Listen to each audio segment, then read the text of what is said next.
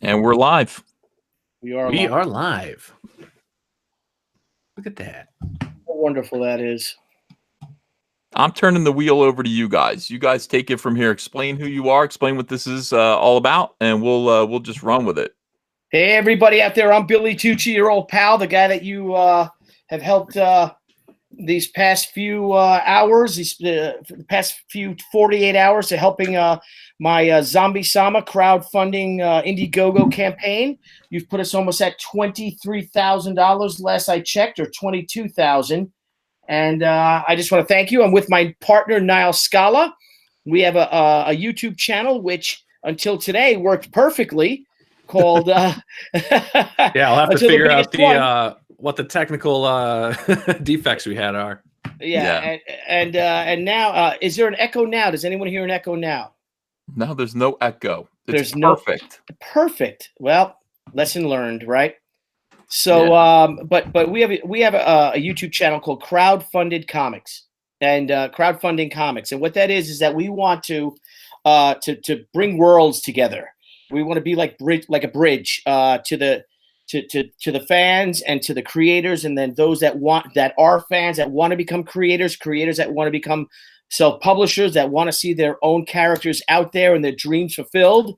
And we're talking to the top people in comics who have had these experiences, like yourself, Ethan, and getting to know your Legionnaires has been one of the joys of my year. Probably the highlight of my year is to be accepted and brought into into the ranks of your Legionnaires and your family, and I salute you for that. And I'm with my partner Niall Scala, the Prince of Venice, who we call, who looks the brain of right the mainframe, the man in the mainframe. And Ethan, I'm going to ask you some questions. We went through, with your people and with your show. Of course, we don't have to give you any introduction at all. But we last left, Ethan, when you were telling me about your Legionnaires, about the people, your friends, these friends who become family, these incredibly loyal, they witty. Like to be called centurions. They're letting you know. They're like, we're the centurions. Centurions is even better. Forgive me, everybody, for that. Absolutely. I'm going to go on the YouTube on your page so I can start reading the comments too. Your centurions. How many men today have centurions?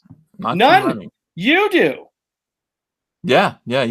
So, can you explain? Can you tell Niall why don't you let the centurions know how you feel about that?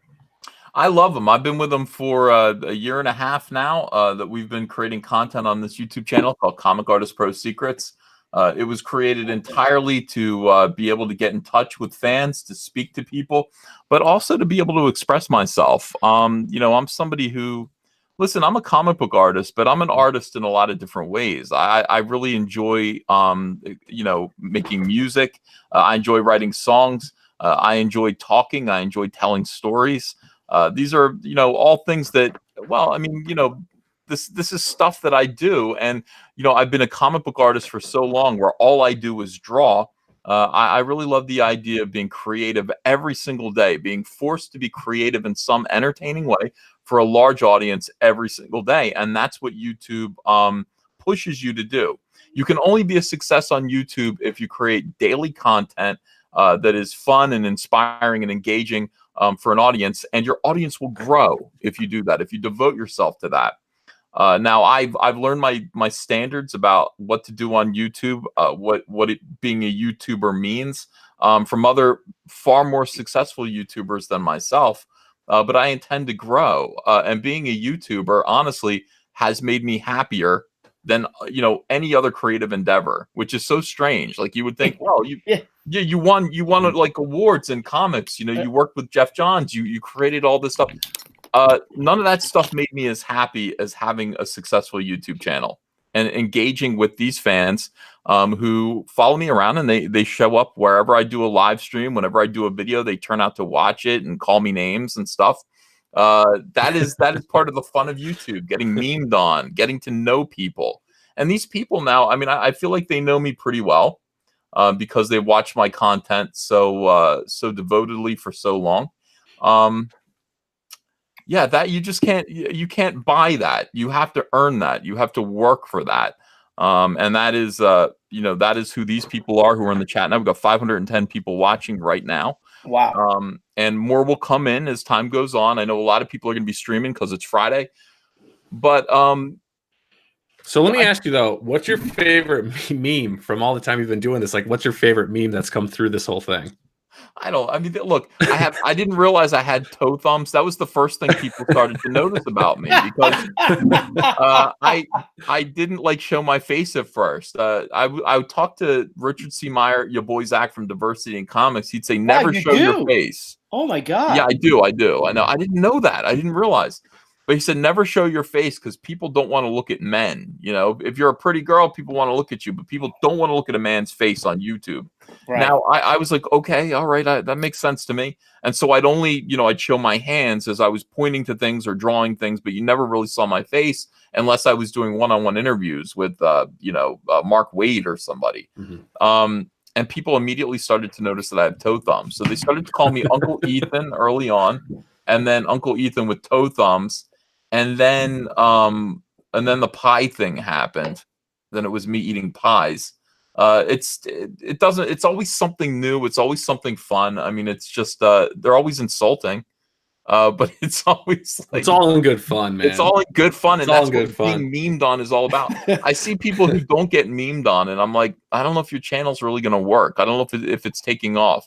To get memed on is to be loved by these people. And that's what you want. And love you, they do. Yeah, and then in honor of your pie meme, as one of my little promos for our page, I'm driving around between meetings. I go and I'm like, no, I'm gonna stop at McDonald's and pick up a couple little pies. So I'm eating a couple on the way, right?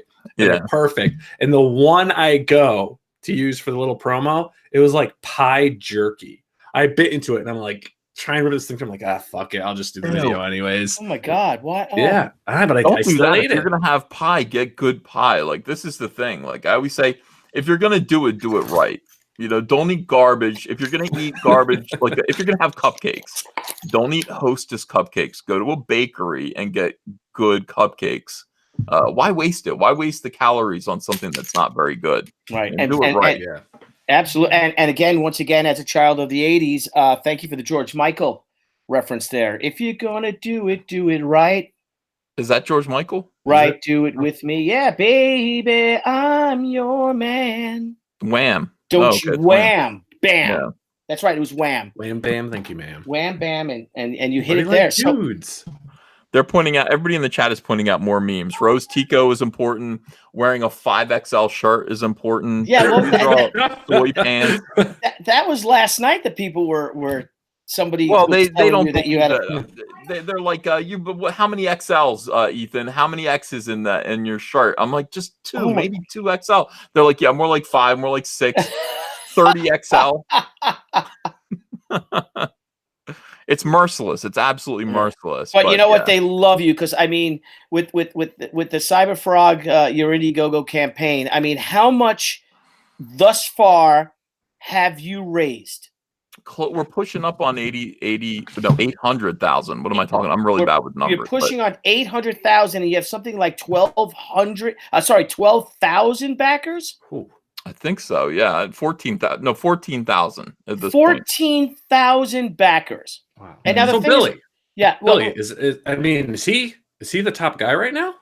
Ethan is he is the undisputed heavyweight champion of crowdfunding comics. Cyberfrog Blood Honey is without any shadow of a doubt, the most successful crowdfunded comic of all time.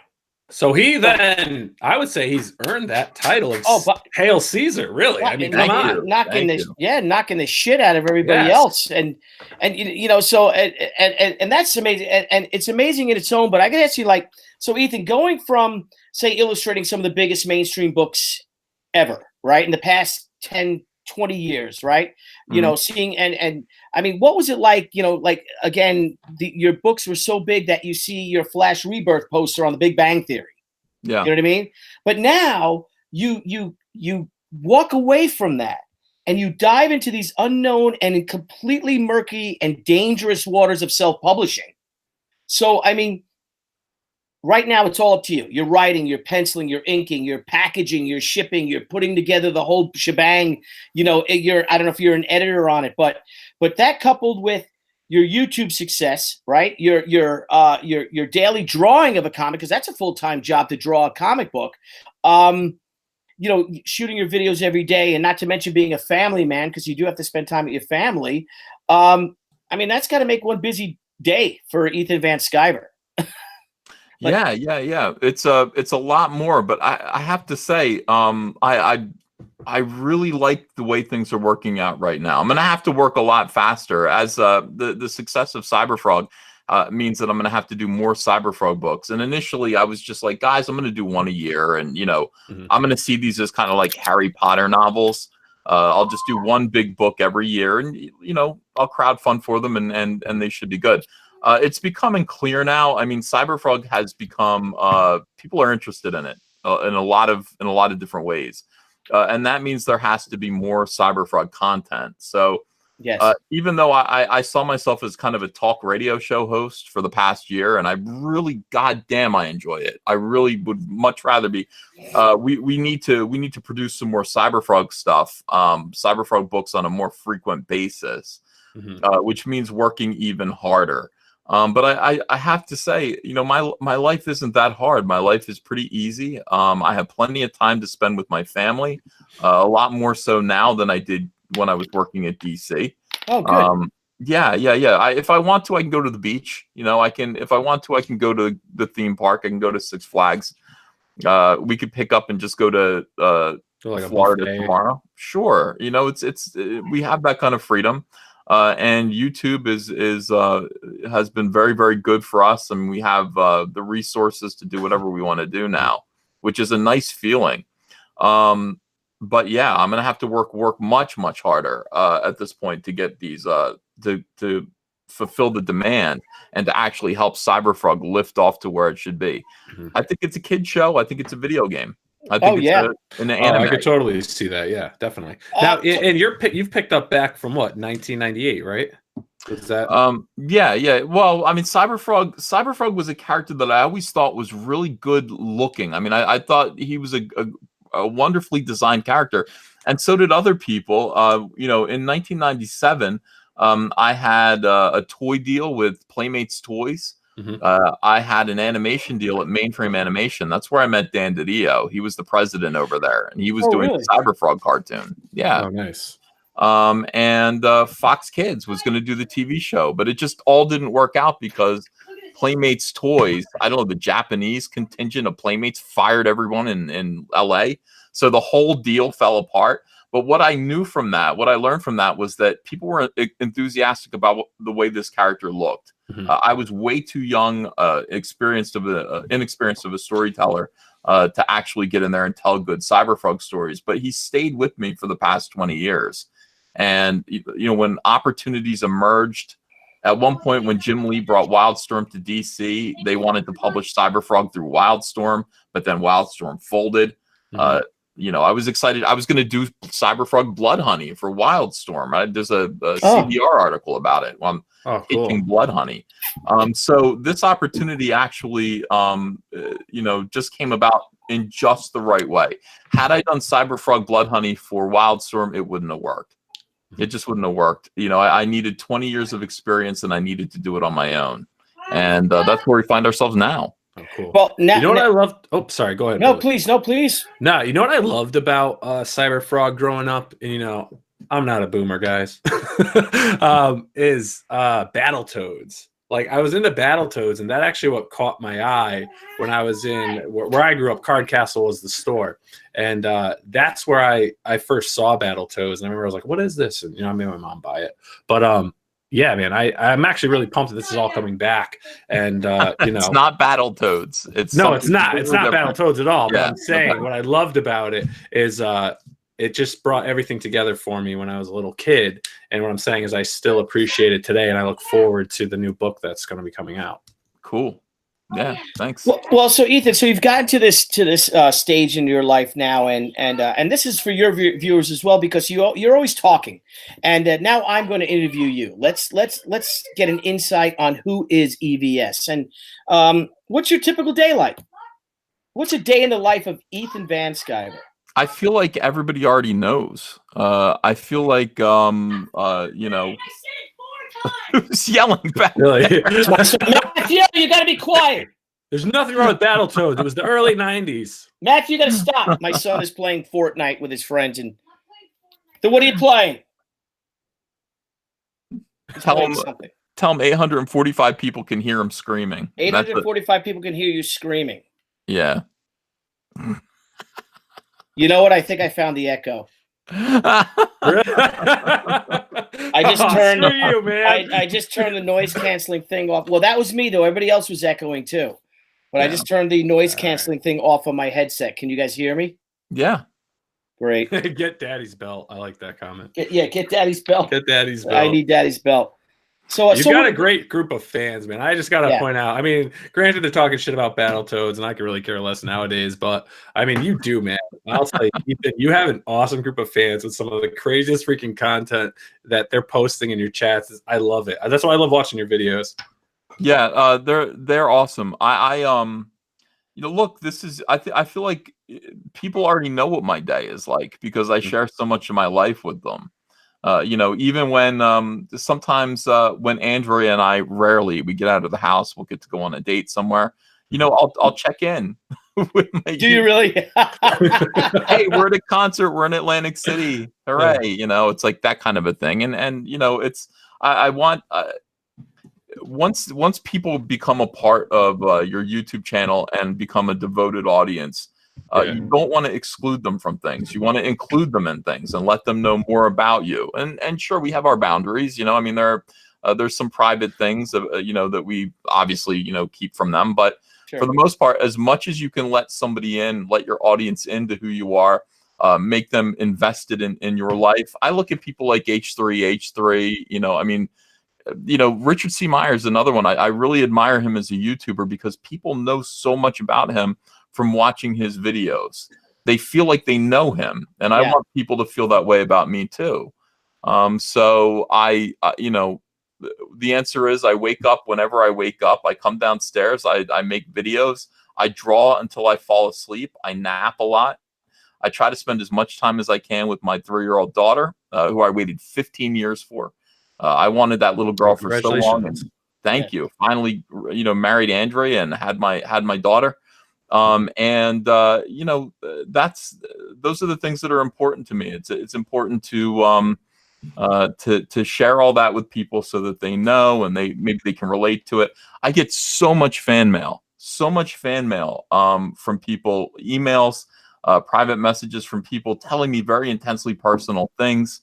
And it becomes people really do feel like they know you. And that's what you guys are doing that so well. Like there's a bunch of you guys out there just doing this whole thing with crowdfunding your books, making your fans a part of like this whole other experience. And on our last show I was talking about this a little bit, and it's something that I think is really special and unique. And you've been able to encompass this book, your YouTube, everything you're doing, but you're making it so that your fans are a part of it. So it becomes personal, and in a good personal way. And it's like, hey, this is my friend. I'm watching him, and they have your back. You have their back by giving them great content, by letting their voices speak. And I think that's like the new wave. I think that's like the new trend. I don't want to say trend, but I think that's just. You're leading a good generation. Let's say a new generation of how to do comics. Like, it's not just about going to a store, buying a book and be like, oh yeah, thank you, DC and Marvel. Thank you for the same stuff. You're like, hey, here's a book I'm doing and join me on the journey. And you're just creating this journey for everyone to walk on with you. And I mean, I love it. So many of you guys right now that are so successful with the crowdfunding all kind of are doing this, but you're all doing it on your own. So it's not like someone saying, hey, do this, do this, do this. You guys are just getting it. And it's so fun to watch. We're just figuring things out as we go. Again, we all have each other's example to learn from. I mean, Billy is doing this, You know, Billy is learning how to do it. I don't think his Kickstarter went as well as it could have, and so he's over here on Indiegogo. He's still made a few mistakes. He'll get it on She. I mean, we're gonna watch Billy like a hawk and make sure that his campaign is, you know, the right number of tiers, so that he can maximize his profitability and make his whole campaign easiest for his fans, easiest for him and his wife. And that's, you know, that's what we're learning how to do. We're making mistakes. I remember when I launched Cyberfrog, I was like, yeah, I'll get it out in November. It was June when I launched I'll get it out in November, I said. Ridiculous. Like that's me doing nuts, working my ass off for DC Comics, and doing a sloppy project. That's November. And in the meantime, Mitch was just Brightweiser was just like, yeah, my book's gonna come out in April. And he launched at basically the same time as me. And I said, slacker, what do you mean your book's going to come out in April? Like, isn't that too long? He's like, Ethan, it's going to take that long. And I had doubts when he said that. I was like, maybe he's right. And here we are. April's coming up, and I'm going to print at the end of April. People aren't going to have their books until the end of July. For these projects, you have to time things right. You have to make sure that when you give an estimated time of delivery, that it be generous, be slack with that time, because that time's going to go by quickly, especially with a passion project like this. Now, I see other people do crowdfunds with comics that, at the end of the day, some of these comics that people are putting out, not comicsgate projects, but other projects, are garbage. I mean, I just don't think they're very good. I think people read them and kind of go, that's it with that. I'm glad I backed it, I guess. That's not what I want to do with Cyberfrog Blood Honey. This has to be the best book of my career. This is going to launch a whole new series of books about this character, create a world building, but make you fall in love with these characters. Make it my best art that I've ever produced, and really pour my heart into it. You know, Jeff Johns said to me, he's like, I don't know why you're working so fast at DC right now. And I said, I'm trying to be a monthly guy. He said, I'm trying to pay the bills. Yeah, he's like, that's not. He's like, Ethan, that was never you. That's not who you are, and I think it's a mistake. And I said, well, I'm, you know, listen, I'm trying to make myself useful. He said, you're the kind of guy who needs to take his time. Everything that we did together was me pouring energy and time, blood, sweat, and tears into it, obsessing over every panel and making it great. And these books that I did with Jeff Johns are classics because of it. So, so much of what we're doing now, what I'm doing now, is me just kind of throwing off those old DC shackles and saying, I'm here to produce classics that are going to stand the test of time, not disposable comics just for the sake of doing a comic. Either this book is going to be the best thing I've ever done, or I don't want to do it. I'd much rather just do talk radio. I'd much rather just talk on YouTube all day long. I make the same amount of money. Yeah. So, you know, get into this for the right reasons. This is an opportunity to really earn a large budget to do a comic book that's going to stand the test of time. I want this thing to be good. I'm shooting for the pyramids. I want this thing to last. I want this thing to be the Sphinx. I want it to be here after humanity's gone. After this civilization is gone, Cyberfrog will still be here. That's like, I think like that. I think crazy thoughts like that. Like, you have to shoot for the moon and fail and get to the stars, you know. Hey, well, they're saying EVS the new Stan Lee, so maybe that's maybe that's a path for you, brother. Well, speaking of that, what they're saying, Ethan, and now we're on your show, and you're getting a lot of super chats, and I think you should start answering them. You know, crowdfunding comics, by the way. There are a lot of people like, who are these guys? Oh, yeah. By the way, Joan of Arc 33, thanks for $20. Says, buy your wife a bunch of flowers. Oh, I will. Thank you for that. She's watching right now. Hi, sweetheart. I'm on right now, in case you guys don't know, with a new YouTube channel called Crowdfunding Comics. Crowdfunding Comics with Billy and Niles. Is it Niles or Nile? Just Nile, like the Nile. river. Okay. Billy and Nile have a channel called Crowdfunding Comics. They're going to really be discussing crowdfunded comics with people who crowdfund comics now. I mean, that is, you know, look, people have been doing it for a little while now with varying degrees of success, but this is the future of the comic book industry. That's my opinion. I really think that crowdfunding comics is the future. And these guys, once they figure out, you know, iron out a few bugs, learning how to broadcast, which everybody has to do, they are going to be on the edge, getting different ideas from different people who are doing this, and teaching you how to do this. If you're somebody who wants to crowdfund your own comic book, like I have and like comics gators have, these guys are going to have tips for you, and they're going to teach you how to do it. Yeah. That is the goal, my friend. And not only give you tips and stuff to build such a great community that once you post your stuff, you'll start instantly getting funding, like you and your great group of fans and everything. You know, it's just another method of just supporting all those guys out there that are doing things a little differently. Yeah, you know, this is the thing, guys. The direct market's not going to last. It can't. It just can't last because we're changing. Society is changing, and we're, you know, the growing pains are evident all around us. That people are buying comics in different ways, and people are used to having things brought to them now. They're used to. I mean, today, I love this Irish Spring for Men soap. This special Irish Spring soap. It's awesome. I can't find it in stores. I found it once in a CVS and I bought it, brought it home, and it was just awesome. Can't find it anymore. So I go on Amazon.com and now I'm like actually buying soap from Amazon and having it delivered. Do you have the button? Do they have a button for that one? Refresh this. More of that soap button. That's the way people are now, and it's going to get. We're going to become more and more like that, where people are going to devote more time to the things that they want to do and less time to actually going places to shop. Yeah. And that sucks for retailers, but it just means that everybody's going to have to learn and adapt.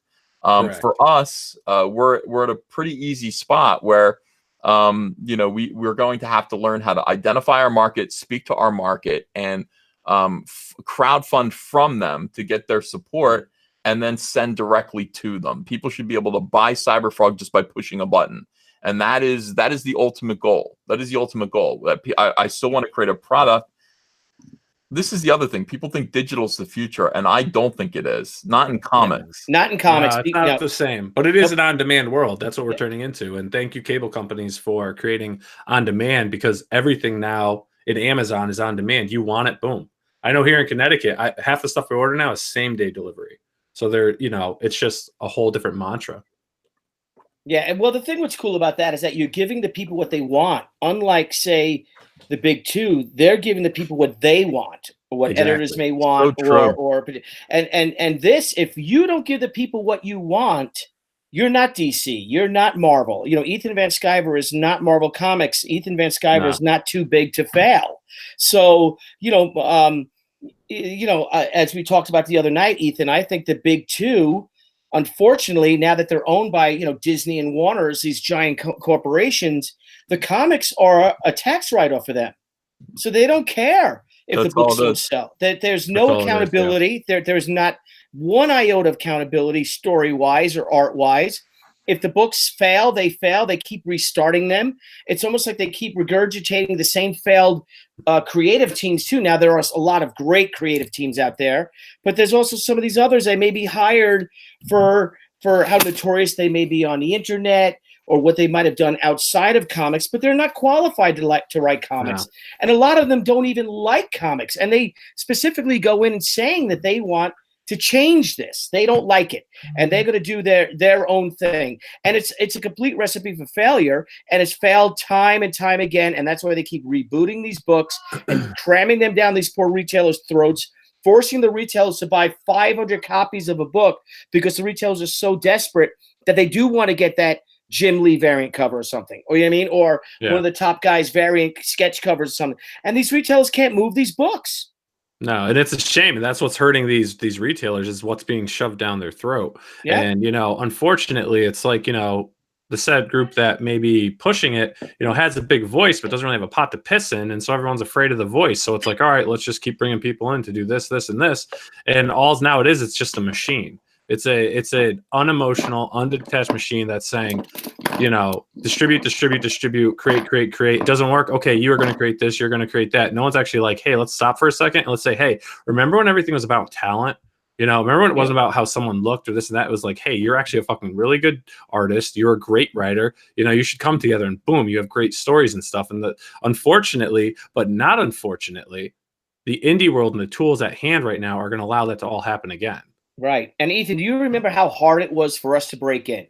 I couldn't get work from anybody. They told me that my style was too fashiony, or my wasn't a DC face. This wasn't the Marvel way of drawing something. If I could draw like Jim Lee, I can do a fill-in issue or a part of an annual or something. And I didn't want to draw like Jim Lee, and I couldn't draw like Jim Lee.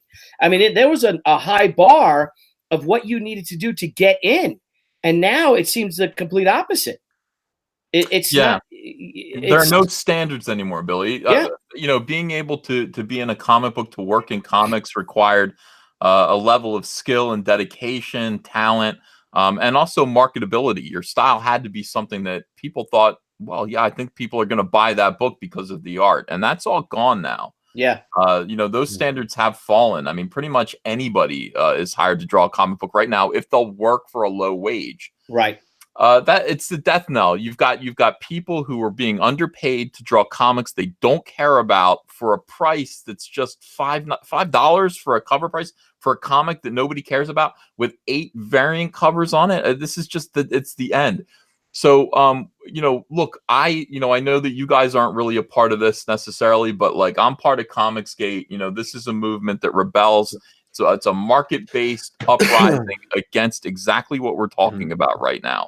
Exactly. But it's not even problem with like Comicsgate is a wonderful group. It really is. But it's like even beyond that, my friend. Like it's just people opening their eyes and seeing, like, it's not even just comics, it's just the world right now. Like, why can't we just get back to adventure? Why can't we get back to fun? Why can't we get back to just cool stories and like letting our imaginations go somewhere for a while? As opposed to what? Yeah.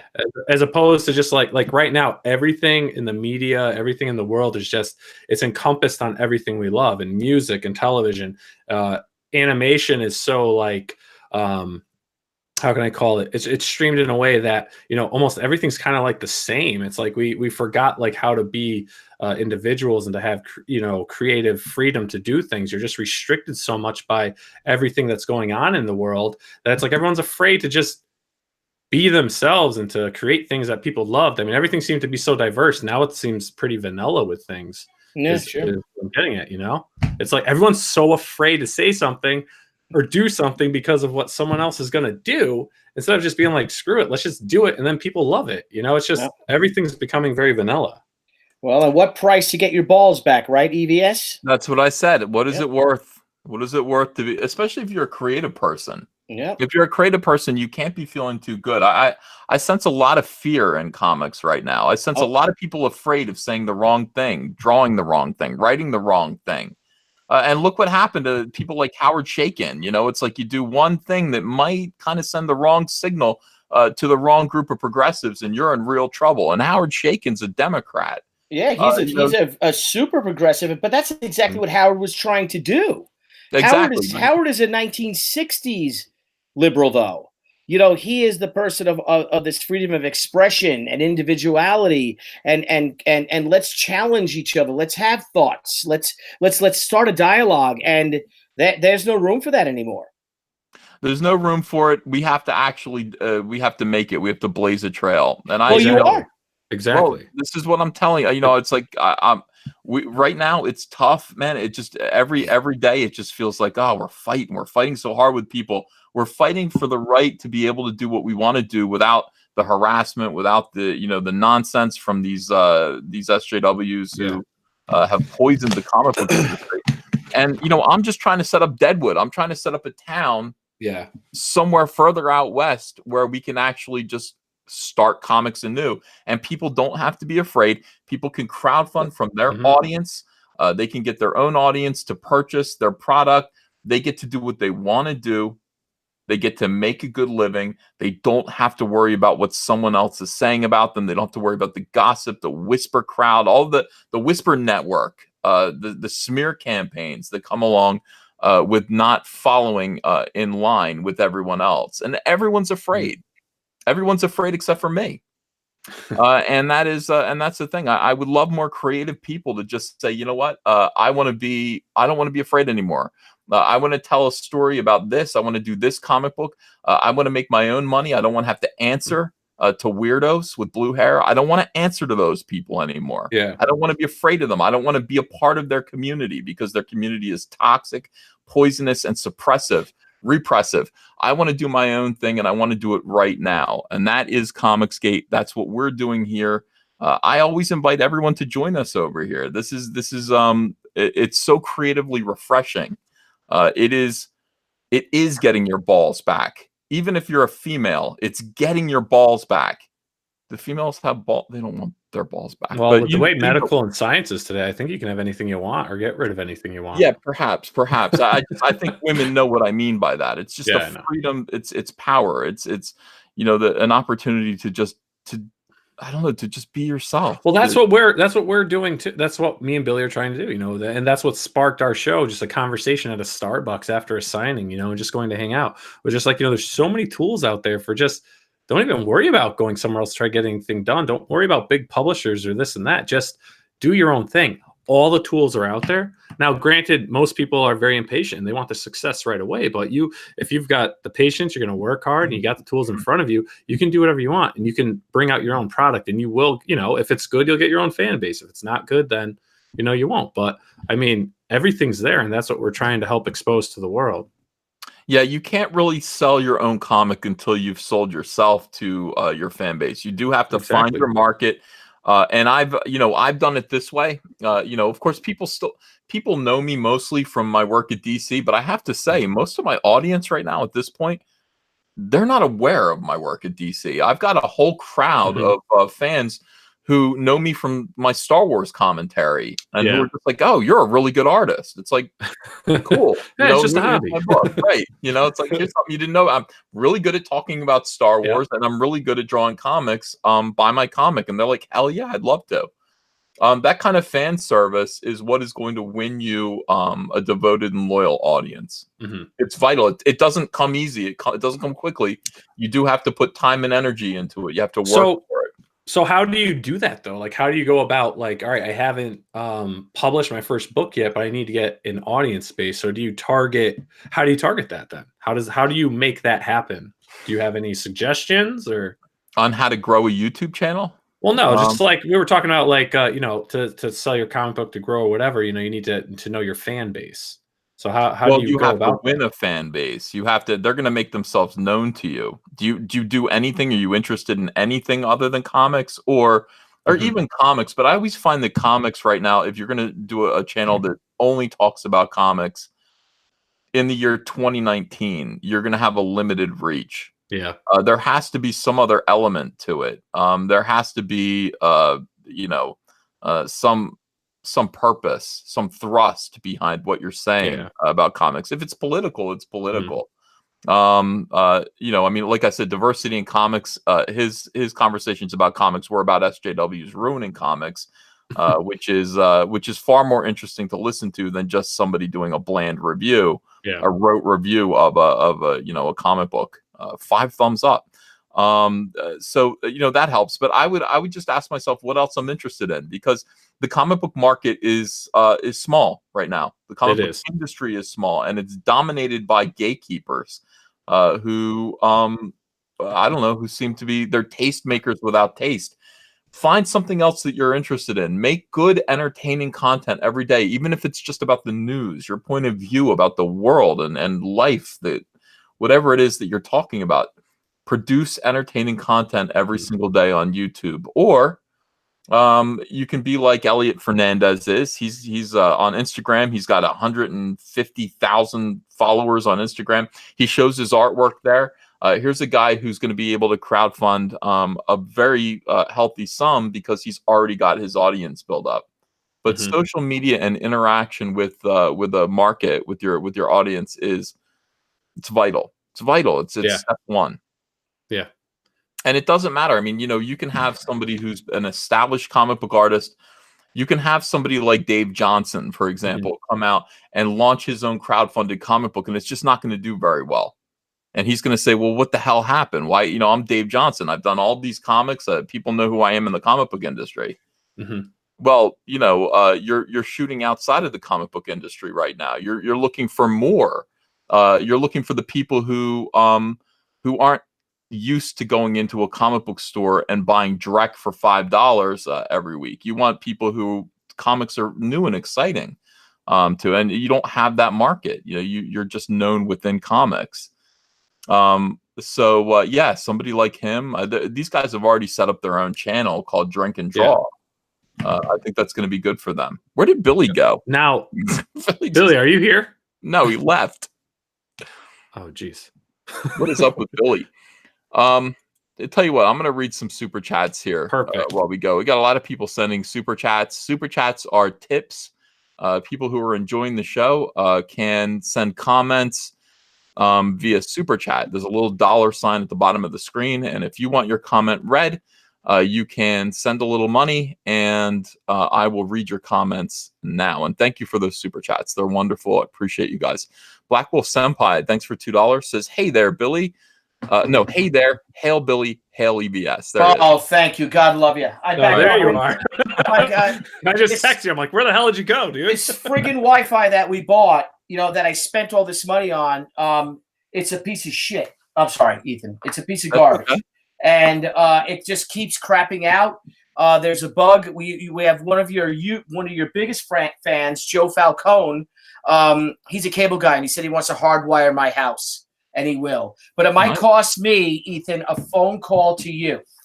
So hence I have to ask you for another favor. And I apologize for that. Okay, sure. But I don't know if it's that. But still, he's a wonderful guy. And it's driving my wife crazy. She wants to fight me, which I can kick her ass, but she can't kick me in the face. But I'm not afraid of fight her. I'll fight her. Fight. Yeah, I'll fight her. Stand up for yourself. It was eerily quiet, Billy. It was I know. eerily quiet. No, so Matthew comes in. Matthew, what game are you playing? He's playing.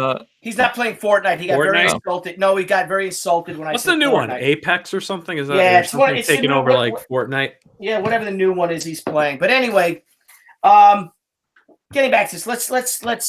Well, wait, Billy. Let me read these super chats. Yeah, let's go through the super chats because a lot came through. EVS, is my mic better? It's much better. Much better. Wunderbar. Shaku Forever says, smash the thumbs up button, guys and gals. Yeah, if you wouldn't mind doing that, guys. If you'll go and look at the thumbs up icon right next to you and just hit thumbs up, that would be great for my channel, and I would really appreciate it. It'll only take you a second. Michael Ross says, hail Cyberfrog, hail Zombie Sama.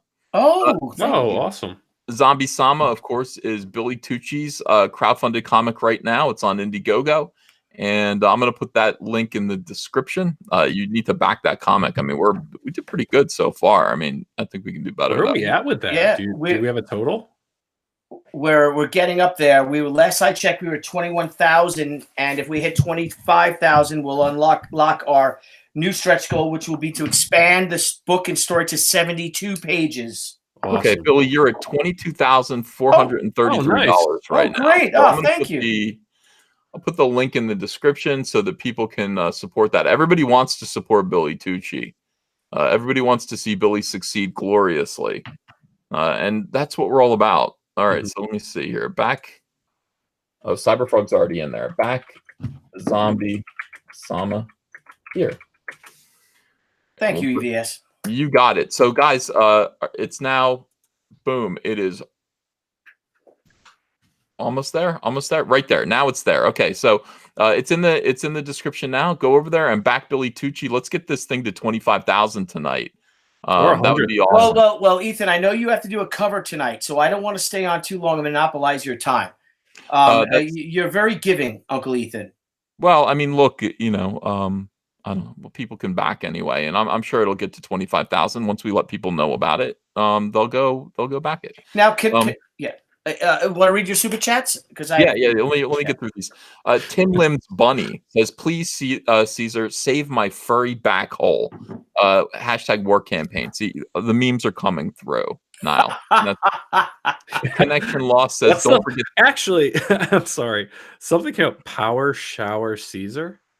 Yeah. The Power Shower was the Superman lawn sprinkler that I had when I was a little boy that I told a story about one time. It was a Mego toy in 1977, and some kid broke it. I got it for my birthday. It was Superman's head on a stick, and he would spit water at you. some jackass kid broke it, and then the parent was like, I'll replace it. They brought me one, but it was a Mego Donald Duck version. I said, I don't Why like would they Donald. get? That's ridiculous. They thought it was the sprinkler aspect of it. It wasn't. It was so somebody found it and they sent it to me. A fan sent it to me in my PO box. No, it turns out, it was called the Power Shower, which love it. I don't remember that.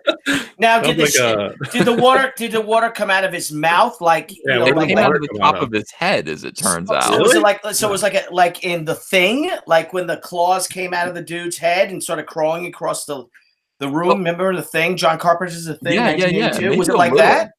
Look, Mego sucked. I mean, Mego made some of the most upsetting toys like of all time, and they rarely thought through their toys. But in any case, I got it now. I only have vague memories of it as a 3-year-old. I told that story once, and boom, they found it for me. They found a brand new one still in the wrapper from 1977. Sent it over, and those are the kind of fans that I have, and I really I appreciate them. So now Power Shower is a meme. I love it. Power Shower. Love it. They said, open a P.O. box. We want to send you stuff. And I said, uh-oh.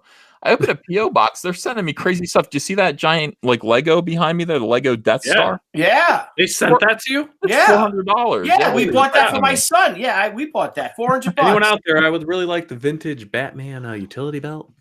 You have one?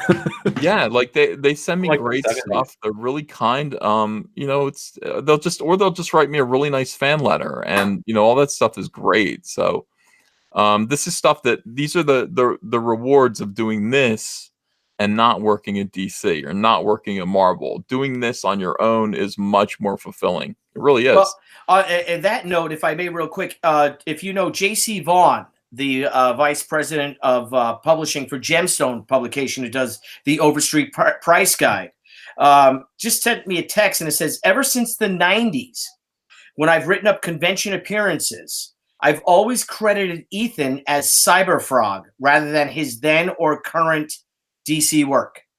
Oh, I love that. So he is such a fierce proponent of creator-owned stuff too, and he always puts Cyberfrog first before Flash Rebirth, Green Lantern, all that, and it's pretty fantastic. Yeah. And he's a creator-owned guy. I mean, do you mind if we do a quick shout out to JCV? No, do it, absolutely. Yeah. I mean, JCV right now, he's got Vampire PA Bite Out of Crime right now on Kickstarter, and I've been fortunate enough. I know Billy's done the main cover, but he's such a great guy that he messaged me someday, said, "Hey, you want to be an editor?" And I was like, "Oh, cool!" And he sent it over to me. I mean, it's a great book. You guys really should check it out. Well, yes, and yes, it's called Vampire PA Bite Out of Crime. It's on Kickstarter right now. I don't know EVS, or I don't know if other people can post a link on your chats, but he's one of the good guys. Niall, if you could find that, post that for him. I'll post it in the chat. He's really one of the good guys. But Ethan, speaking of that, do you have an editor on Cyberfrog Blood Honey? Yep. Oh, you do? Yeah. Do you have a secret editor, or do you have someone that you? Oh, okay. Well done. I can't well say done. yet. No, well done. Now I've got a question, because the whole point was, while all of Ethan's legions, your Centurions, you're wondering what the hell Billy Tucci and the Prince of Venice is doing here. We originally had our show on. It's called Crowdfunding Comics. It's our YouTube channel. And Ethan was gracious enough to go onto our show and spend an hour with us. We had some horrible audio problems that people were rioting. I heard several computers break. People texted me photos of their computers on the floor, their ears bleeding. So Ethan said, come over to my show. And Ethan just literally is giving his time to us. Yeah. So I have questions, because I wanted people those that may not necessarily follow EVS, they may not be strong enough to be Centurions or Legionnaires. And so if I may, and these are all my questions, things I want to know. Ethan, what's the story behind the Laughing Man? Oh, I don't even know why I chose it. Here's what it is. Like, it's from a Jack Chick tract. You know who Jack Chick is, right? Yes. Okay. So, Jack Chick from the 1950s, I think. I'm not even sure where it came from, but it's this obscure panel of artwork where a guy, the Laughing Man, is dancing with a beautiful girl who's also laughing, and she's like, "Hey, let's drink all night and take drugs." And the man is saying, "Yes," and denounce Jesus Christ. It's like they're gonna take drugs and party all night and denounce Jesus, and he's got that look on his face when he says it, and that made me laugh so hard that I just said I want his face to be my logo. Now, how did you find that particular image? How did you stumble across it? The world's weirdest comic book panels. There are websites that Okay. so that's what the Laughing Man is. Now, since then, I've had it redrawn a bunch of different times so that I can own it. It's now the Wendy's logo, essentially. For a long time, just a picture of that panel existed. That was my logo. But I've had other artists redo it, change it a little bit, and make it so that I can trademark it. And sure. It's now my logo. Well, that book's probably public domain now, right? If it's a Jack Chick tract, it's public domain. Yeah. Oh, okay. Well done. Well done. Now, questions. Look at that. He's gone. Questions I want to know. Ethan, what's your writing process? Do you do the Marvel style? Remember, like Stan would come up with an idea, then Jack would take it back, and Jack would be drawing in the office, doing 2 pages a day, and then pass it off to John Buscema or someone like that to ink it, and then Stan would script it after it's done? Or do you work from full scripts? No, I don't work from full scripts. I have the story in my head. I have a kind of a rough plot of how I want to go at the beginning, and I break it down into scenes. And I draw the scene, and then I script it when it's already drawn. But the thing about Cyberfrog is there are so many instances where I just go, I make a realization along the way. I'm making a movie. I'm making a movie. I don't want to confine myself to a set of ideas that I had all at one time. I want to allow myself the inspiration to make additions and changes over the course of the project. I don't know if that's Marvel style. It's closer to Marvel style than it is DC style, but it's Ethan Van Sciver, the auteur. No, I'm doing it by myself. Well done. Well done. Now, do you have after this epic, the Blood Honey storyline? That's this particular issue is this 48 pages? This particular episode? This one's closer to 88 pages. Oh, 88. Now, and the one you told me where we go back in time to 1998, is that something in there? It is. Okay. Yeah, it's not back in time. We don't go back in time in the story. The story starts out. This one book needs to encapsulate everything because people are like, do I have to read the old Harris books? No, you don't have to read them. So the book is kind of broken down into 3 sections. The first section, it takes place in 1996, and it is the origin of Cyberfrog. It's the purpose of Cyberfrog and Salamandroid as told by Chell Sin. And then that's 21 pages. And then we cut to part 2, and that is 1998. It's the invasion event and how it all happened, how the extinction event happened. And that's 20-something pages. And then after that is Cyberfrog wakes up in current year 2018. It's going to be like Lost. It'll always be 2018. That just goes on. So that's where we go on from there. So it really needs to be, I need everything to be self-contained. This book needs to be the only book that anybody needs to read to get into the story. And then the last chapter that takes place in 2018 has a cliffhanger. So it will pick up with the next book that's called Wrecked Planet. And I think Wrecked Planet, I'm going to break into 2 parts. And this is the conversation that I'm having with my publisher, who's just saying, I know that Wrecked Planet should be 80 pages, but can you break it in half so that you can put 40 pages out and then 40 pages out, like 2 different books? And I said, as long as I get to tell my entire story that I want to tell, I don't mind doing it that way. Yeah, I think that is exactly the right course of action for you, if I may, from an outsider looking in, because I'm doing that exactly with She Return of the Warrior. We're doing part 1 in May when we launch our Kickstarter at the end of May, and then in the fall we go back to part 2. So it's an 80-page story, but it'll be broken down in two parts, part 1 and part 2. And I think that because the people they want to see more Cyberfrog, and they don't mind 40 pages every couple of months as opposed to 80 pages and having to wait farther along. Yeah. I mean, ultimately, that argument made sense to me, because ultimately, what am I trying to do? I'm trying to make a big, thick book that's going to combine everything. So what do I care if the next chapter is broken into 2 parts? and people can get a little bit of it sooner, or if I just make them wait. I'd rather they get the 40 pages and then another 40 pages and get both of them this year, than make them wait. Yeah, and you will get to that. You will get your big book. You will get it. And it's probably going to take the same amount of time to put out 2 smaller issues than you for to do 1 big issue. So it's going to take the same amount of time. So it makes perfect sense. But the next thing that we're doing is Rainbow Brute. That's Rainbow coming out, Brute. right? Yeah. Well, the plan after, as soon as Cyberfrog is finished in April, it's going off to print. I am launching a crowdfund campaign that's going to be for I think it's going to last for 1 week or so. No, not 1 week, 1 month. That's going to be a big piece of Cyberfrog merchandise that people can buy. And then from there, it's going to be Rainbow Brute, the comic book. Rainbow Brute is, of course, look, we're gender swapping all of the girls franchises from the 1980s. Now, I'm all for gender swapping. I know that they're doing it, with Ghostbusters. They're doing it in a lot of ways with Ocean's 11 and all these other things. Turning men into women, that's fine.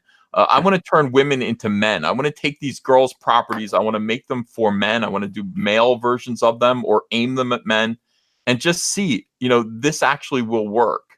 This is going to work. Men are going to buy this shit. They're going to be into it. Hell yeah. Whereas, when you do the reverse and you turn Ghostbusters into women, people stay away in droves. Yeah. Yeah. Well, what's funny is that I gender swapped when I first came out with she, because she initially, the story was of a man. And that name, because she is Japanese. In Japanese, she means death. And I just couldn't get over the word she. I couldn't get over that word she. And I had this, it was a male character. And then I'm like, oh my God, this character would be so much more successful if I made it or so much more, not more successful, but more apropos, if you will, if it was a woman. And then I brought that to several other publishers, and some of them, they all rejected it. Some of them become friends now. Adam Post is like, girl books don't sell, dude. Don't make this book a girl, and I love them. And I'm like, fuck this. I'm doing it. I'm doing it as a girl, or as a girl. She's a woman. She wasn't a girl. And, holy crap, it took off. Man, did I catch lightning in a bottle with that one. I know all about it, man. I was there. The 90s were all about bad girls. They called them bad girls. Yep. And you were, for people who don't know, Billy was at the crest of that wave. That was amazing. Yeah, it was because Lady Death came out in January, I believe. And then she came out, I think, Ethan, it was probably 25 years ago yesterday that it was in stores. And 25 years ago yesterday. Yeah, holy cow. That it hit the stores. And then Vampirella came out, I think, 2 weeks later. And it was from the build-up from Brian's book from Lady Death, because that book hit and was gone. And Brian did a beautiful chromium cover. I didn't know anything about that stuff. And then my book came, and I think they're like, well, let's not let this one get away. And that's why she was such a big hit. But we had a huge female audience, it was great. The first, I could tell you the first 20 or so fan letters I had to be 50-50. And because the books were misogynistic and all, a lot of them that came afterwards, and they were fun and stuff. It was real heavy metal and, not heavy metal, but what's that pot, like Winger and all that shit. Remember all that stuff that came, these Winger books, you know what I mean? That they followed after, Crew and Priest and all that stuff, right? They were like Winger type, books, and she's my cherry pie, whatever that crap was, and they followed, and and we just stayed the course, and by George, I'm here right now. But talking about mistakes, and you gave me a tutorial, and your fans did as well, about with our Zombie Sama Kickstarter, because I didn't put shipping. I didn't include shipping, too many tiers, et cetera, et cetera. But what mistakes have you made? Like for your next Kickstarter with Rainbow Brute, for Rainbow Brute, what will you do differently for Rainbow Brute that you didn't do for Cyberfrog Blood Honey? Well, my whole attitude has changed. So what I'm going to do is I'll put the release date way out there. I'm going to say, expect this June 2020 or something like that. But the difference is that I'm motivated now by getting a book done so I can do my next one. Yeah. Cyberfrog Blood Honey, I didn't have that motivation. I was just thinking, when it's done, it's done. And I don't know how long it's going to take to do. It shouldn't take that long. I mean, that was kind of my attitude, but I've learned from that. So I don't want to give people the opportunity to say you blew the deadline. I'm going to put the deadline way out in outer space somewhere, and I'm going to finish this shit up and get it out real quick, make it great, make it fun, make it shiny, and I'm going to put a rainbow prismatic cover on it. It's going to be a gorgeous book, so that we can move on to Wreck Planet. I mean, when profit is a motive, people get more stuff done, and right now it just makes sense to keep doing great books that people want to buy. Well, and I'm telling you, people will buy comics. If you actually give them a decent looking product, like Rainbow Brute's going to have a shiny rainbow prismatic cover. You can show that to anyone and they're going to buy it. You can sell that to anyone. You can't sell them garbage with a $5 price tag on it. You can't do it. $5. My gosh, right? I mean, that's a good price for garbage, though. Well, by the way, Billy, you are at $22,958 right now. You're $42 away from flipping over to 23. Oh, please! If anyone out there, like I said yesterday, anybody out there who pledged, there's a lot. All the books come signed. There's no fee for shipping. We're eating all the shipping costs. You come to me with that comic when it comes out, or you come to me saying that you pledged. I will do a free sketch for you on my little Billy Tucci sketch cards that I'm having made up. For nothing, and I'll give you a good fist bump. All right, guys, support Zombie Sama. The link's in the description below. Next person that backs Zombie Sama is going to push it up over 23,000. So we want to see that happen. What's funny is that we're now just over 48 hours, and we now are at 23,000. In 30 days on Kickstarter, we did just over 32,000, and I think it took us 2 weeks to get to 25,000, and that was almost a 30-day campaign. So your Centurions are, I'll go to war with your Centurions. By George, by George, I'll ride side by side with them. I could be the commander of the Felix Legions.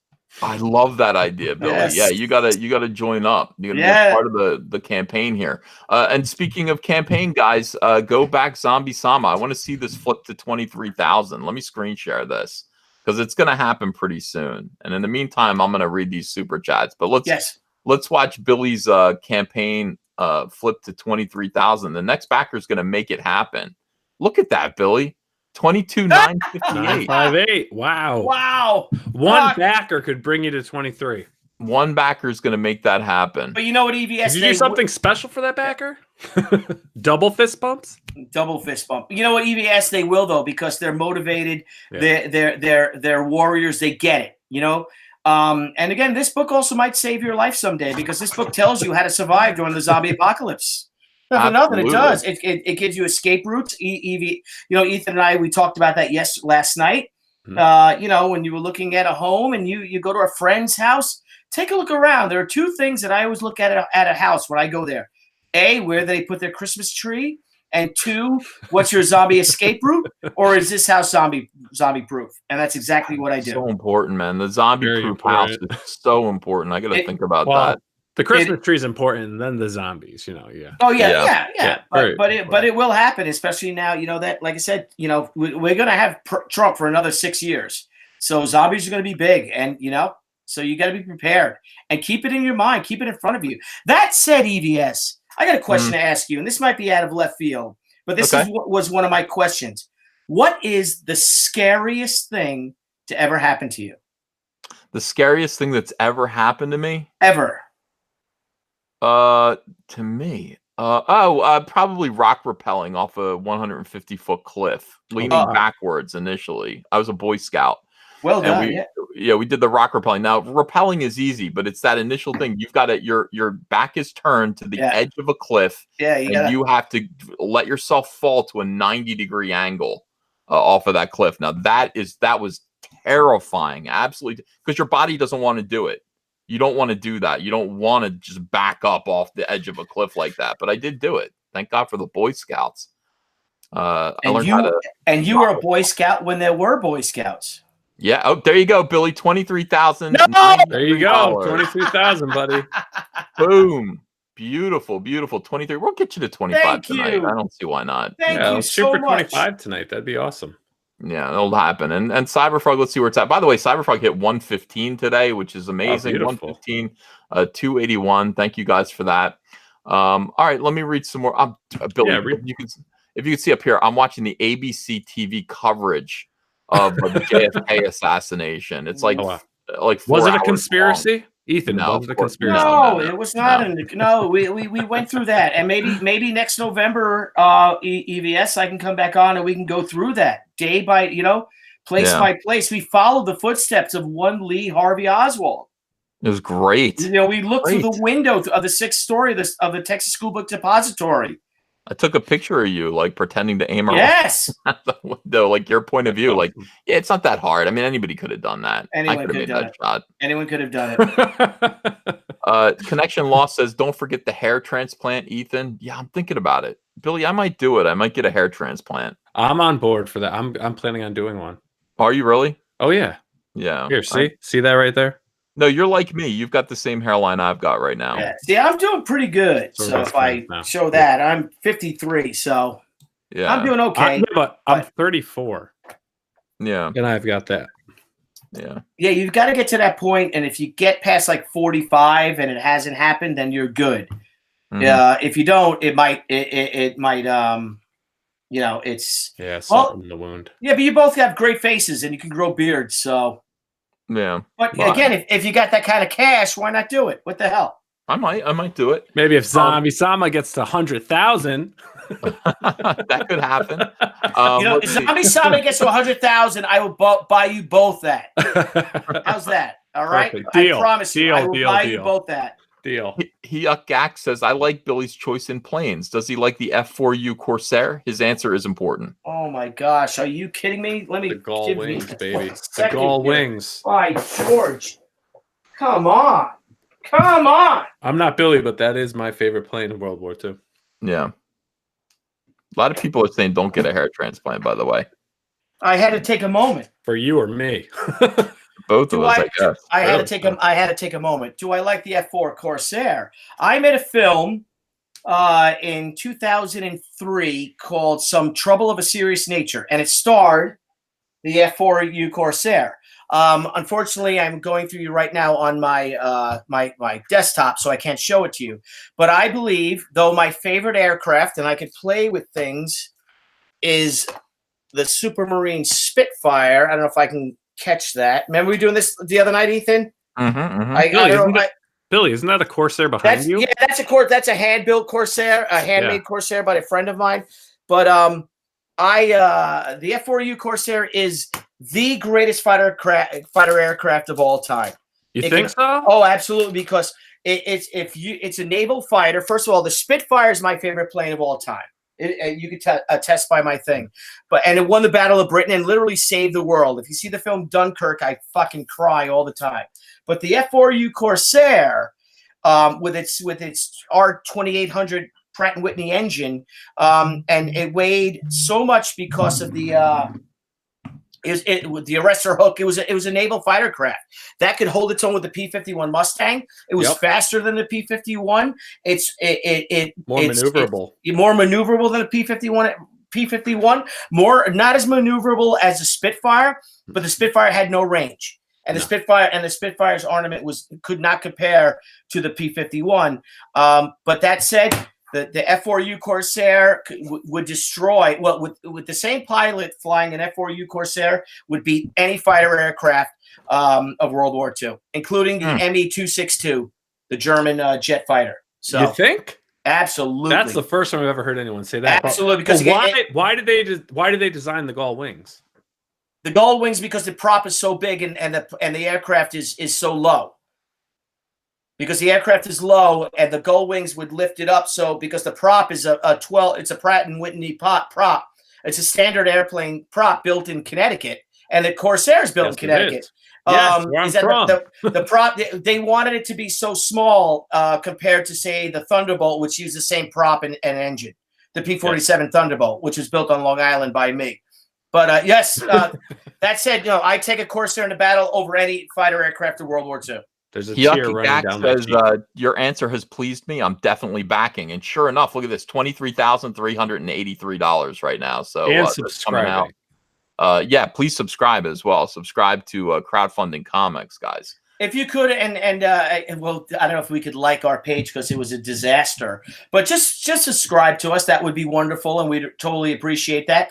But Ethan Van Sciver, there's a great quote about you being brave. Remember that? And there's a quote by, I forget who it was, and he said, though, but if you try to be brave, you are being brave. So Ethan Van Sciver, as you're rappelling down that sharp cliff, doing at a 90-degree angle, by George, man, as a young lark, as a Boy Scout, you were brave.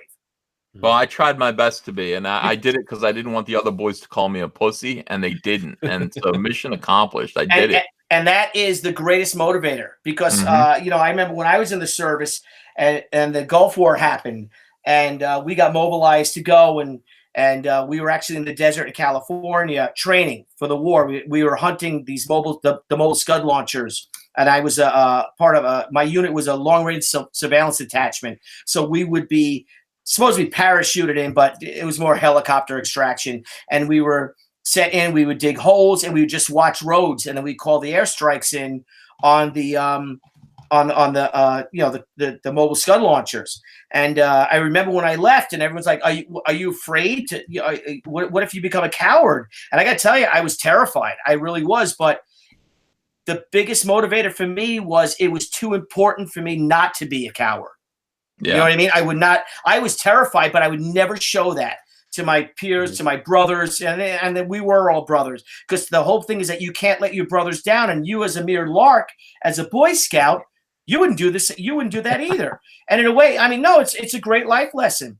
I mean, you know, you got to think, you know, what if Theodore Roosevelt saw what's going on in the world today? What if Steve McQueen saw or Lee Marvin saw what's going on with the world today? You know, they'd be like, "Oh my God, really?" Yeah. You know, this entitlement and this, you know, whatever. All right. Next thing, Ethan, I have another question. Let me read. Let him go through some of the questions. Valdez D. Frank says, put Billy's channel in the description and subscribe. Joan of Arc 33 says, buy your wife a bunch of flowers. Thank you. Darth Bobcat says, I love you too, Uncle E. Oh, that's nice. I love you. Oh, that is nice. Zoe Vaughn says, I'd love to see an animated series of Cyberfrog in the same style of The Max from the 90s. Your framing is done so well, it would translate beautifully. I'd love to see that too. I would love to see that myself. Ian Howe, thanks for $20. What kind of flowers are you going to get for $20? Here's another 20, sir. Jimmy Owens. Look at that. If you haven't been called a Nazi by an SJW, you aren't living your best life. Well, then my life is glorious. Let me tell you. I mean, that's the thing. You know, it stopped meaning anything, you know. Raging Goblin says, happy Friday night, Comicsgate. What's up, Mr. Tucci? Joey Marone says, any insight into running a campaign for a physical object, like a printed comic versus something less tangible, like music, digital comic, etc.? Thanks. I don't really know. I mean, this is my first one. You know, this is really my first campaign. You know, people have said, why don't you crowdfund a CD of your songs? Wow. It'd be horrible. But actually, if I may ask, what kind of music are you into? Like, what kind of songs are you doing? I write my own songs. They're stupid, and they're on the piano. And you know, I used to. They're wonderful. Oh, they're awful. And I would I perform them on my channel early on. Sometimes I still do on live streams. So people all know them. They all know the words by heart, and it's fun. And then he would lace that in with standards. And it was you know, Captain and Tennille, and oh my gosh, it was one. And my wife and I would be watching this, like, and just, oh my God, look at him, and he would just be there and EVS in his own world, and we all came in. You know, he was like Mr. Rogers, and he opened his world to us, and he had. So what kind of sweater did you change into?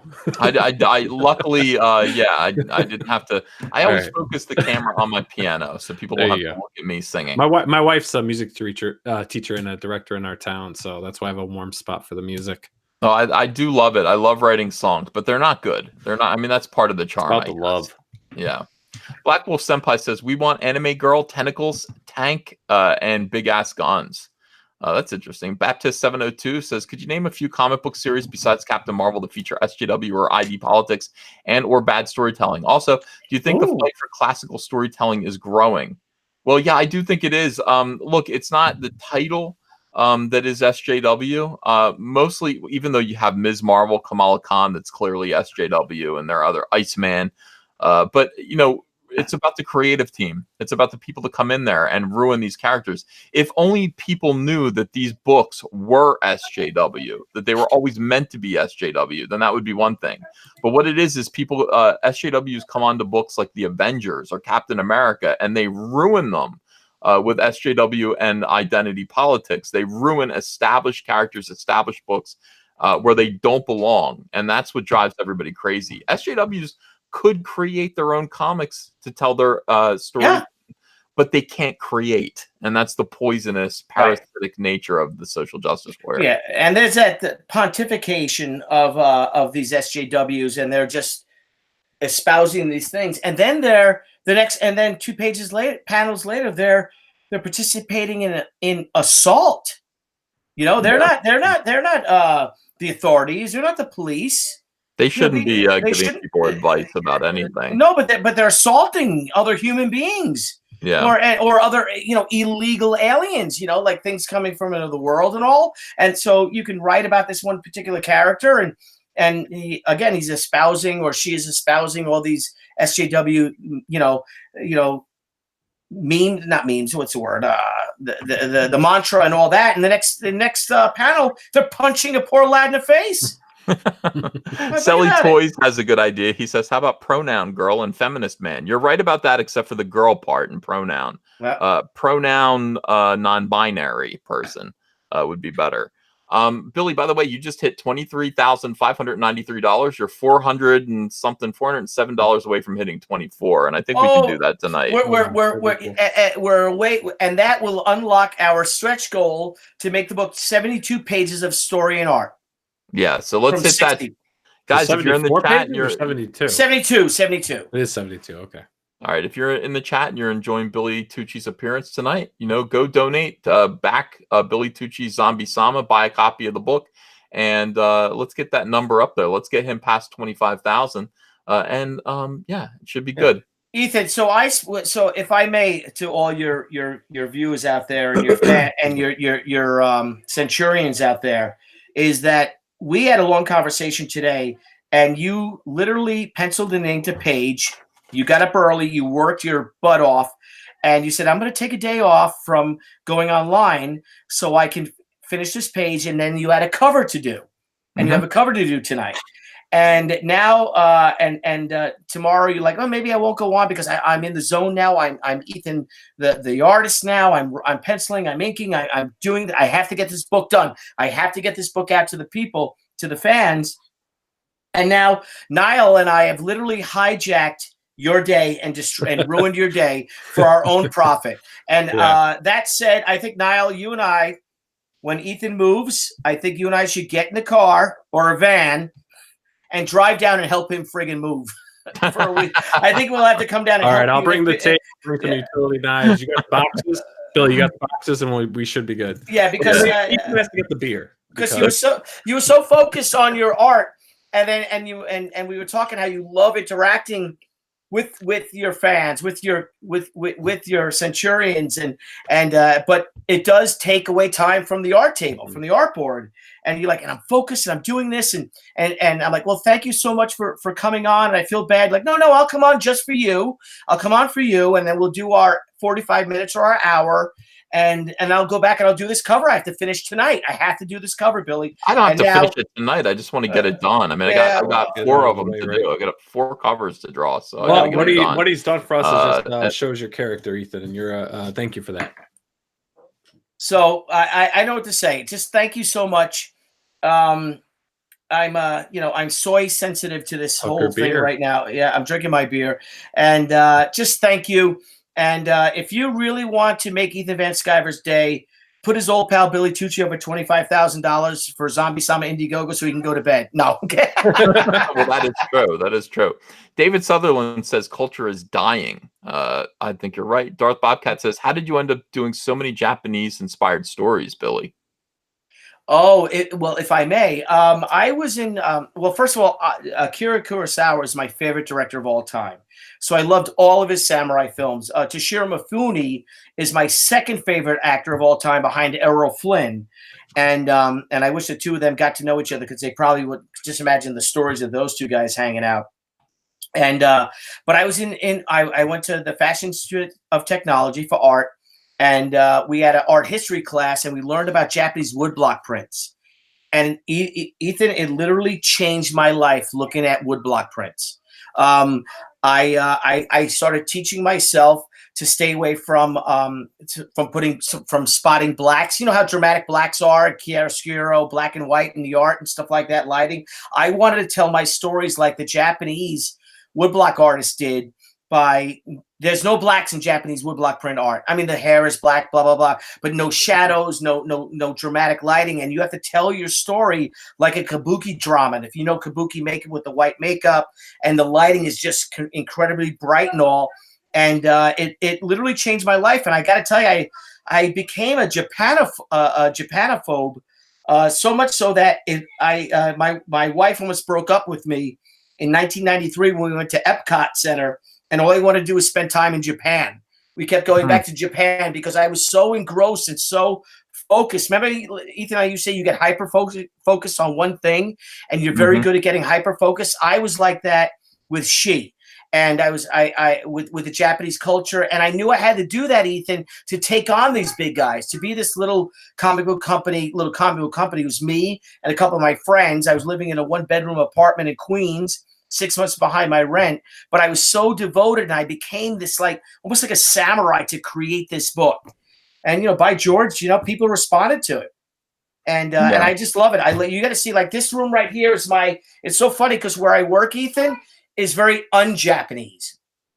I have the sheet posters and things like that, but where I work has to be when I focus on my laptop when I'm writing my scripts or my desktop, and then on my art table I'm focused on the art table, so I can't have I can't be overloaded. Ethan, you understand? You know what I mean? You can't be overloaded with the thing you're working on.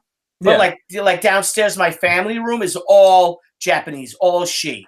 I have I have not the Frank Frazetta anymore. I have the Alex Ross she illustration. I have the Joe Jusko she illustration on the wall. I have a suit of samurai armor. I have all my she stuff, all my Japanese stuff is in my family room because in a way it's very calming. It's very peaceful. The way the society that they actually took serving tea to an art form. They took killing to an art form. And so it's the most docile and most regimented of all societies, but it's also the most violent society I've ever seen is Japanese culture. So that's it. And I just found it fascinating. I did. So. Awesome. All right. So that's a good answer. Let's see. Rezakai says, Ethan's not too big to fail. His chair doubts that very much. LOL. Hail 5XL Uncle E. See what I mean? Brian Urso says, Ethan, don't forget next week my prog rock band Gideon's Mob will be on iTunes, CD, Spotify, and other hosting sites. If you dig good music, check us out. I wrote Gideon's Mob in my book. I'm getting that. I am there. Absolutely. Argentico 2003 says, tell them about Swattings and the pizza place brick incident.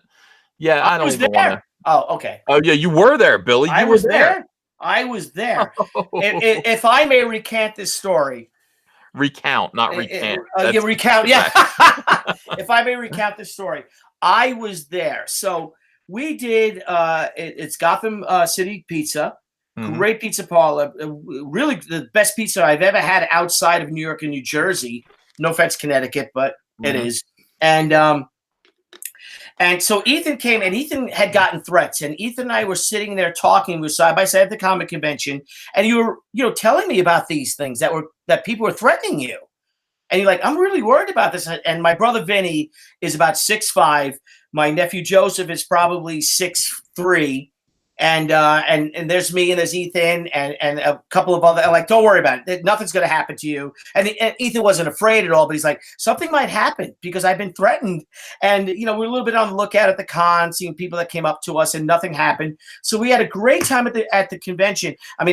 So we all went back to the pizza parlor, and he literally had a pizza party.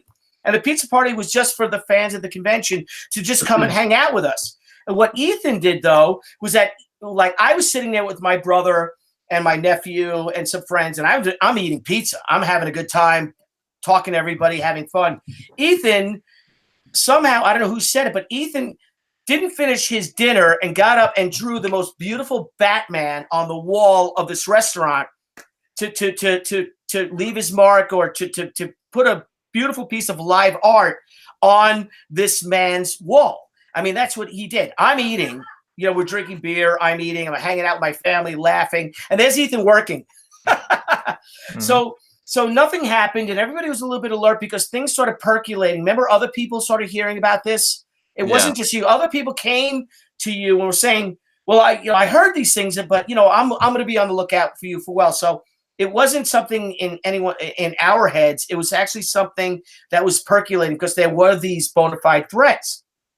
So we left early, right? It was a long day, and then we left, and then that night, the door and the windows of the pizza parlor were trashed, like an remember, like Ethan, it was like a brick. Yeah. They were throwing bricks. It wasn't like, and the police at first thought it might have been a failed break-in, but he had been robbed before and other stores. It wasn't a break-in. It was like an angry, violent assault on this man's business for having a comic book artist at his store. Yeah, and it was, it's pretty very disturbing.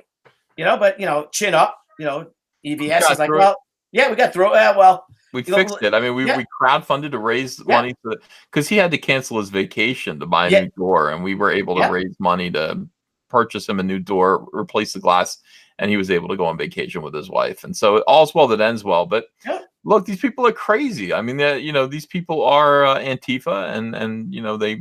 I don't know. They picked me for a target. That was the height of Antifa. That was the height of it. That's when everyone was Antifa. You know what I mean? And then these cowards, though. I remember we were talking, and you're like, "Let them say it in my face," And no, they will never do that. They come shrouded in the night like Jack the Ripper, and then they take out their insanity out on doors and windows. Yeah, like the weirdest things. Like just violent anger. Insanity, upon this poor, comic book retailer who invited Ethan a year before to come to his store and have some pizza. Try my pizza. I know you're a Jersey guy. Try some of my pizza. And we went to have fun. And then Ethan went to work. He worked all day at the con, and then he worked all night at the guy's store and drew this beautiful Batman. And then the next morning, people saying, "Oh, it's Ethan Van Sciver's fault that somebody tried to destroy and burn this pizza parlor down." Yeah. Also put pineapple on the pizza. Well, yeah. Well, I would have had that. That pineapple pizza is good, man. Oh God, I might order some of that. Please. Alice Munoz goes, EVS, I recently bought your sketch cover Batman signed by you and Stan Lee. Oh, and Scott Snyder. Love it. Awesome. Ebros, thanks for $1. Schmeebs, thanks for $5. Says, FYI, Brian Shearer is hosting Friday Night Auction. Elliot will be selling that Wonder Woman Batman piece he's been working on. Oh, good. Yeah. I hope are they doing it now? I hope they're doing good. John Whalen says, my casting couch is open if anybody needs comic money. Canales says, thanks, Teaser, for plugging the abductables. Chicken Sit says, I'm glad the FBI took our tips seriously. Glad Mr. Tucci and family are well. And I'll always who said that? Who said that? Chicken Sith. Yes, Chicken Sith and Thor. They're the ones I think alerted the FBI to that, and that was a fun story when they showed at my house, and that nut in Chicago that wanted to murder me and my wife. Yeah. Crazy. Yeah. Congrats on Zombie Sama. Can't wait for he says. Jared Mitchell says, I love EVS because he supports my favorite creators. For example, Chuck Dixon is returning to his high-flying Nazi fighting hero called Airboy on Indiegogo. A small boost, and it's totally funded. Hopcrop says, Casey Jones is the story of a heroic girl exploring the wonders of her steam-powered world and having to deal with spies, mercs, and mechs along the way. Follow at Hopcrop to keep up with the book. Silver Bullet says, I just bought a copy of Cyberfrog, first comic I bought in 15 years. This is your legacy, and I'm proud to support it, my friend. See, that's awesome. That is awesome. That's awesome. Hal Jameson says, my book Shinobi Sasquatch launches May 1st. The art will blow your socks off. The story will be good. Uncle E, I just DM'd you page 1 inks. Check it out. Ian House says, guys, I'm about to throw an additional $10 at Billy's campaign because the glorious boomer forgot to charge shipping. If you could afford to add $5 or $10, think about doing it. Thank you, Ian, for pointing that out.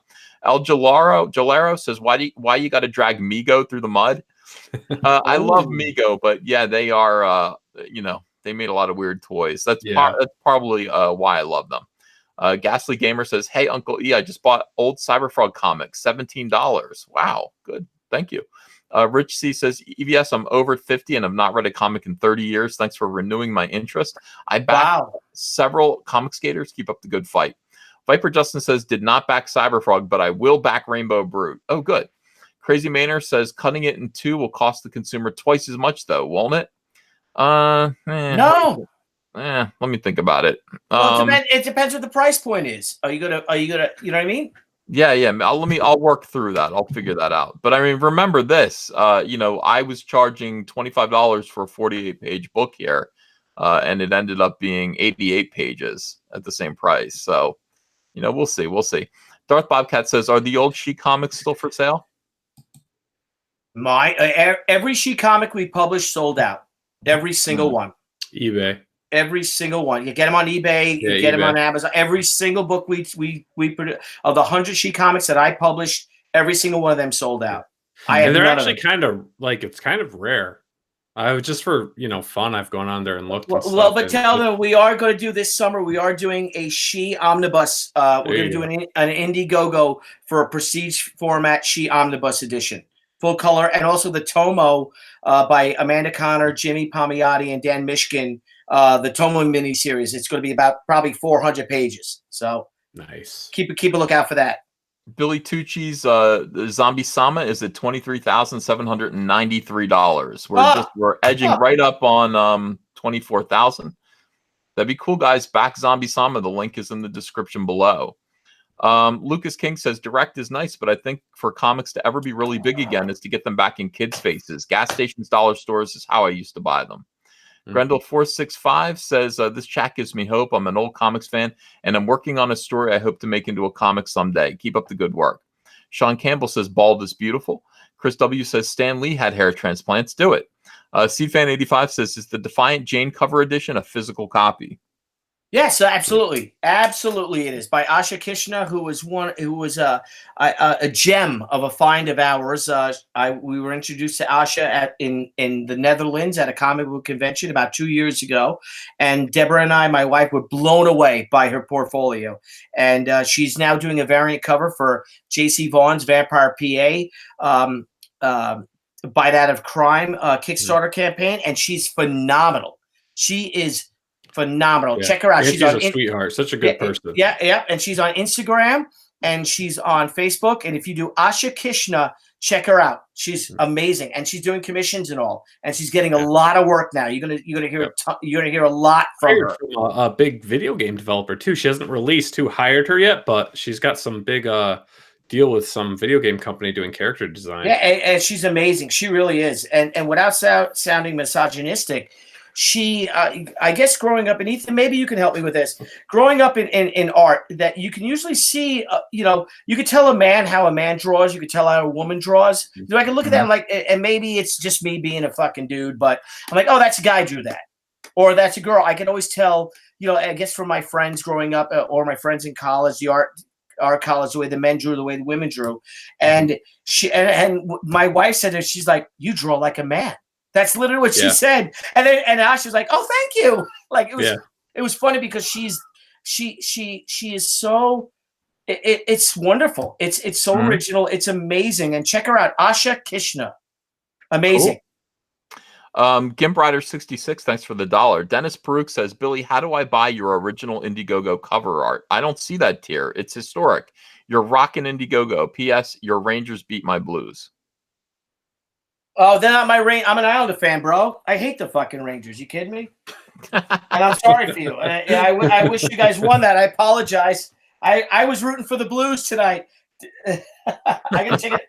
Yeah. Oh God, I married a Ranger fan, but she was so adorable. When I met her, she could like any team she wanted.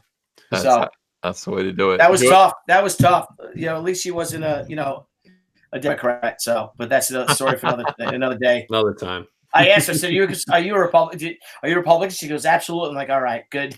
But we were all Republicans back then. It's so funny. Even at FIT, and all my friends who graduated from the Fashion Institute of Technology in Manhattan, all the friends they're still all Republicans and conservatives. My comic book family A lot of them are, of course, progressives and liberals and all, but for the most part, all the people I've known and grown up with, and they're all conservatives. A lot of them don't want to say it. They're quite, closeted, but. Well, Billy, I'll tell you this: you're at $23,848 now. You're $152 away from hitting that 24. We can do that. I'll bet we're going to hit 24 tonight pretty easily. We might even hit 25. I know that a lot of the levels are gone, and I wonder if I could ask Deborah if she could pop another level up about me doing some more sketches. But I don't know. But the book's a really fantastic book, Ethan. And we hit that level. It's going to be 72 pages like you've done. You've expanded your 48-page comic book to 88 pages. And you and I both know of how much we put into that to make that book that much. And if you would help us out with that, and because I got to tell you, we're doing it anyway. We're going to make the book 72 pages anyway. But if you can help that and we can get paid to do that, or John can get paid and we can start putting that money towards Zombie Sama 2, Dorm of the Dead, you just make my gosh darn day. And the funny thing is, Ethan, it took us 2 weeks to get to 25,000 with Kickstarter. Could you imagine if we got to 25,000 through Indiegogo and your Centurions in 48 hours? That's what we're doing. I can't imagine. I couldn't imagine. There. We're going to get there. Trust me. It'll be there tomorrow. At least if it's not here tonight, it'll be there tomorrow. I mean, you're doing really, really well. People are excited about this book. They're excited about this campaign. And I think we can totally do it. It's going to be great. So guys, support Billy Tucci's Zombie Sama. Link is in the description. Let's get him to 25 ASAP. But the next few backers are going to get him up over to 24, and that's great. All right, so Hewitt Gack says subbed Akira Ashcan back number 462. Fly on, brothers. Thank you. Lucas King, de Havilland Mosquito, the best Brit plane of World War II. Oh no, I don't want to take over your thread, but that is not. The Supermarine Spitfire is the best British fighter craft or any craft of all time. The most beautiful machine ever created. So that's another conversation, old man. We'll leave it at that. We'll leave it at that. Razdoc says when Captain Marvel can't, Trixie Kane, Indiegogo only. Jimmy Owens says just back both Cyberfrog and Zombie Sama. Both. I'm so excited for these, Ethan. Thanks for getting me back into wanting to draw. I haven't since 2001. Professor Geek says can't wait for Zombie Sama. Please tell everyone to check out the uncanny and sexy Tales from the Stacks on Indiegogo and see the latest panel on my Twitter with nods to Cyberfrog, Brand, and more. Ooh, cool. J-Pot Studio says back Tales from the Beyond the Gate. Only 17 days left. The only book with comicsgate pros and up-and-coming creators. And the Gimp Rider 66 says that buck was an accident. Can't do this right on my phone. Thanks for $5 then. Appreciate that. That's fantastic. All right, so Billy Tucci's Zombie Sama now edging up to 24,000. We want to see that happen if possible tonight. You guys are awesome. I do appreciate you, but I do have to get back to work. I got to get and I drank a beer and now I'm like, oh, I hope I don't. Just one beer makes me fall asleep. And I'm like, oh no, wake up. All right. Well, wake up, Ethan. And thank you all. Thank you, Ethan. Thank you to your Centurions. Thank you all for this. I apologize for taking away from your work. Thank you guys for putting us almost at $24,000. We'll hit 25. We will. You know, we've got EVS's legions and his Centurions all behind us. We've got other, fans all across the fruited plain. And if I may end with one last question, Ethan. Yes. But if it's too much and it's to be saved for another day, let's do it because this could be a whole nother great show for all of us. But I think I'm gonna leave. I think I'm gonna leave for tomorrow. I'll leave it for another day. It's too good of a question. You want hash browns? No, it's too good of a question. I'll give you a hint. Are you afraid of do you believe in ghosts? No. Oh, well, then that's the end. Wow. Donnie Thumb and Fist gives it $2 to say, Billy, he likes your accent, so he wants you to say, what's the word there, snapperheads? What's that from? I don't know. It sounds like the Jerky Boys, but I mean, the Jerky, Jerky Boys. I used to be able to do all that stuff. Snap ahead, Oh God, I could do the whole Jerky Boy thing. I could totally do the whole Jerky Boy thing. when you're anywhere, but if you're not from the East Coast, we all sound the same. Yeah, sure I do. Saul Rosenberg, Saul, sure. I fell down the stairs with my shoes. Yeah, I could totally do that whole thing. I haven't thought about the Jerky Boys in 30 years. They're coming back. They're coming sure back. Sure I do. They have a new album coming out soon. Yeah. Do they really? Yep. Yeah, I get my Google tools. Google it. I get my tools. I start work tomorrow. I love that. Remember that? How great they were, Ethan? Yeah, that was the voice of Cyberfrog in my head. What's up there, tough guy? What's up, tough guy? Yeah, that's Cyberfrog. Hey, Speed Racer. I'll tell you what, yeah, they're awesome. All right, well, I want to thank you guys for coming. Thank you, support. Definitely support Zombie Sama, support Cyberfrog Blood Honey. Diversity and Cecil says, when am I meeting Billy for drinks on Long Island? Oh, Cecil lives in Long Island too. Oh, so. tell Cecil to please PM me or Facebook message me or send me a message on YouTube. On Twitter, if I may, Ethan. I'm Billy Tucci on Twitter. I'm getting a lot of shit from a lot of my friends because I have less than 3,000 subscribers. I think I'm just shy of 3,000 subscribers because I'm so new at all this. And they tease me. My friends literally tease me and tell me I'm a loser because I have 2,980 followers on Twitter. So I'm 20 people away from having 3,000 followers, and they all make fun of me. All my mainstream comic book idiots. So how dare they? How dare they? Absolutely, how dare they? So if you guys could follow me on Twitter, I'm Billy Tucci. Niall, do you have something to say? Yeah, you can follow me too. I'm Niall Scala on Twitter. And how do you spell that? I'm hungry.